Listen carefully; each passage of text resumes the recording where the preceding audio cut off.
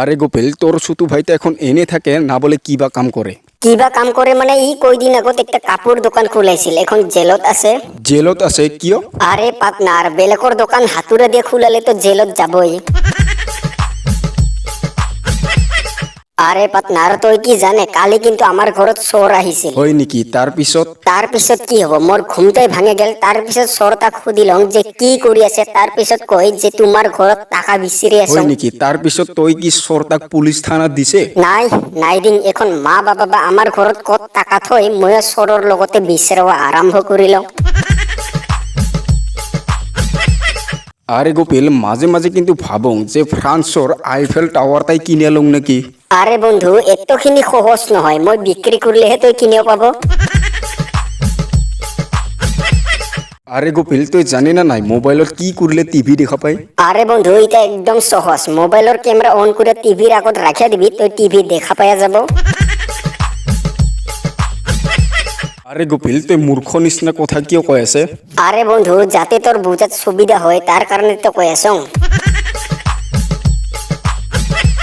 আরে গোপেল, তুই কি জানে বৰষুণ কিন্তু গছ গছনি ফল মূল সকলো বস্তু সুন্দৰ কৰি তোলে। কি যে পাগলের নিচিনা কথা কয়, সব বস্তুকে যদি সুন্দর করে তোলে তাহলে তুই কিয় সুন্দর নহল? আরে গোপিল, ডাক্তারের স্লিপত কি এঙ্কা লিখিয়া দে যে ফার্মাসি দোকানের বাহিরে আন বেলেগ মানুষ বুঝাই না পায়? আরে বন্ধু, একদম সহজ। ডাক্তারে লিখিয়ে দে যে মই কি একটা করে টাকা উলে ললং, এখন তুইও কি একটা করে টাকা উলে লো। কি রে গোপিল, মন বিয়া করে বহি আছে কিয়? মন বিয়া মানে মোর একটা মুরগি হারাল রে, কত বা গিছে। কি যে কয়, তাই মুরগির কারণে মন বিয়া করেছে? মই গার্লফ্রেন্ড হারে গেল মোর, তার পিছতো মই মন বিয়া নাই করং। সুয়ার বাচ্চা, তোর গার্লফ্রেন্ডটা কি কোনি পারে? মোর মুরগি কিন্তু সদাই একটা করে কোনি পারে। আরে বন্ধু, তুই কি জানে শুধু থাকাতে কিন্তু মই 10 তলা বিল্ডিং এর পৰা মাটিত পৰি আহিছিল। হয় নেকি? তার পিছত কি হল? তোর কিবা ক্ষতি কিবা হয়েছে নেকি? এতিয়া কি কমতে, সুতুর কাহিনী তো মনতে নাই।